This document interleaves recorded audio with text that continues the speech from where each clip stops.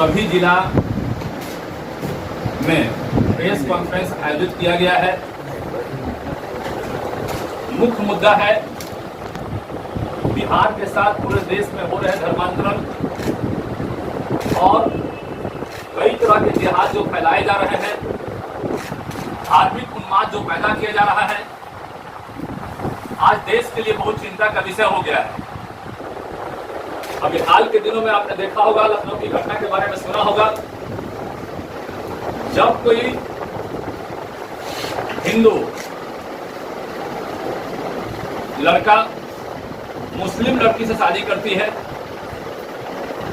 तो मुस्लिम समाज के लोगों का प्रयास होता है कि उसको किसी तरह से टॉर्चर किया जाए और प्रताड़ित किया जाए। लेकिन ऐसी सैकड़ों घटनाएं आपको मिलेगी बिहार से लेकर पूरे देश में। इसमें हिंदू धर्म की लड़कियों को अपहरण कर, प्रलोभन देकर, फरेब के जाल में फंसाकर, फॉल्स आइडेंटिटी क्रिएट कर, हर तरह से साजिश कर उसको फंसाकर शादी की जा रही है कि पूरा ईसाई समाज रैकेट बनाकर पूरे बिहार में और बिहार से बाहर भी ऐसे कई काम चल रहे हैं जिसमें कि धर्मांतरण का काम वो कर रहे हैं। वारसलीगंज में मैं घटना बताना चाहता हूं आपको। 125 गांव वारसलीगंज में है, जिसमें 25 गांव में ईसाइयों ने हिंदुओं को धर्मांतरित करने का काम किया है। अभी हाल में गया की घटना के बारे में आपको जानकारी है तो वो से पूछना चाहते हैं जो महादलित के रखवाले हैं, दलितों के रखवाले हैं, आखिर वो क्या कर रहे हैं बिहार में, आखिर वो क्या कर रहे हैं? क्यों अपने आप को कहते हैं कि मैं दलितों का रखवाला हूं? क्यों कहते हैं अपने आप को हम महादलितों का रखवाले हैं? क्यों आप कहते हैं उनसे? क्यों आप उनके प्रति संवेदना जाहिर करते हैं?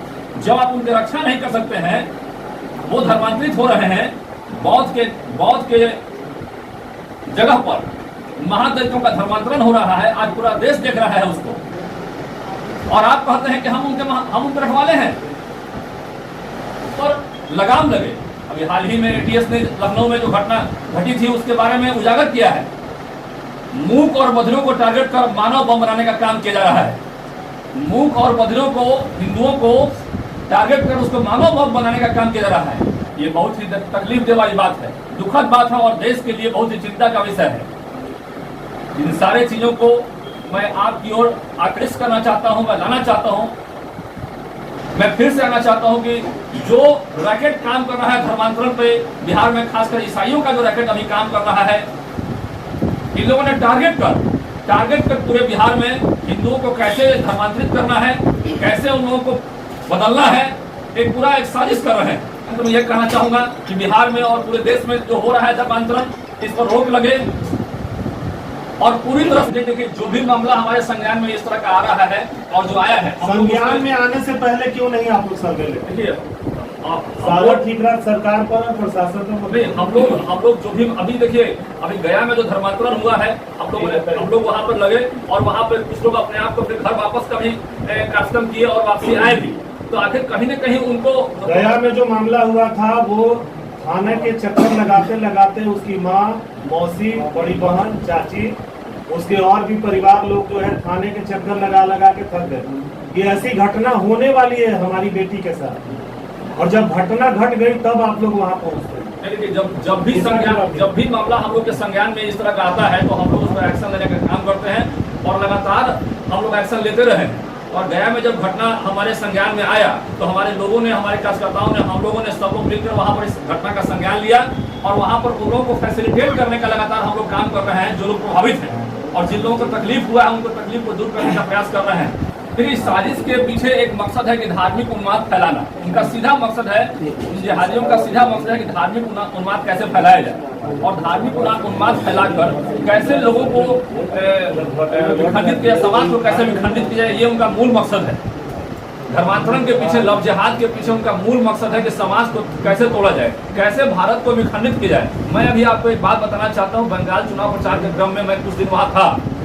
मैंने देखा कि वहाँ पर किस तरह से हिंदुओं को टारगेट किया जाता है अन्य समाज के द्वारा, मुस्लिम समाज के द्वारा, जैसे वो इस देश के नागरिक ही नहीं है, जैसे वो इस देश के नागरिक ही नहीं। हिंदू समाज के लोग वहाँ पर उस सोसाइटी में जब जाते हैं, कोई कार्यक्रम करते हैं, तो वहाँ पर इस तरह की प्रताड़ना झेलनी पड़ती है।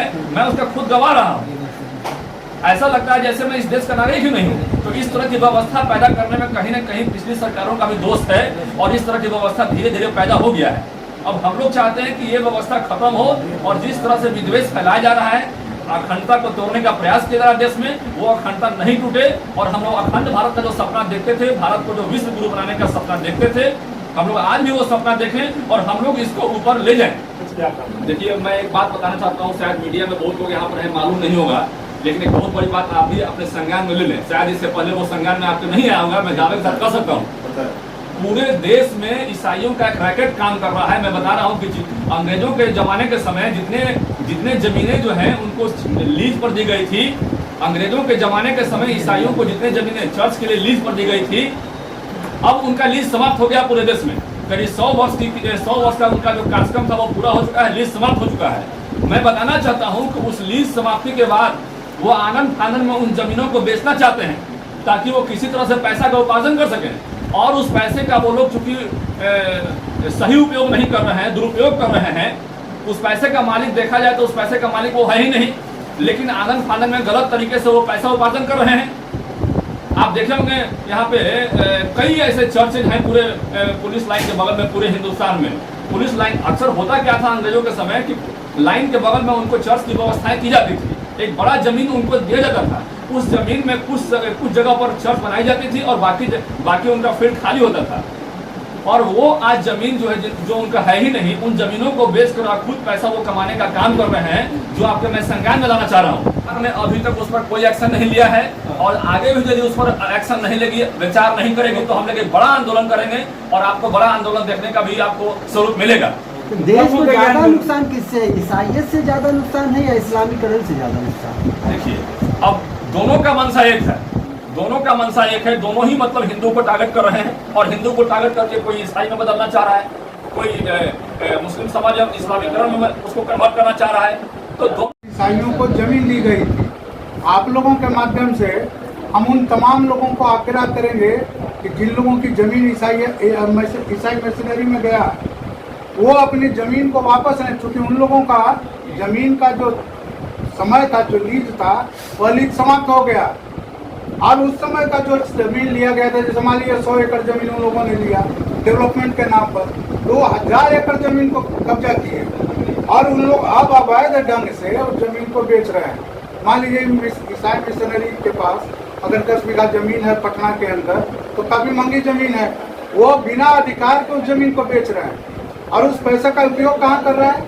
वह पैसे का उपयोग कर रहा है हिंदू गरीबों के बीच में लाभ और लाभांश देकर उनको धर्म परिवर्तन कराने। इसकी भी मांग हम लोग करने जा रहे हैं, इसका भी मांग हम लोग उठा रहे हैं और अभी हम लोग मांग कर रहे हैं। अभी देखिए आपके यहाँ नैरेटिव सेट है, ऑल्स एक बड़ा जो धोखा है हिंदुस्तान के अंदर, उस धोखा का नाम है सेकुलरिज्म। सेकुलरिज्म एक धोखा है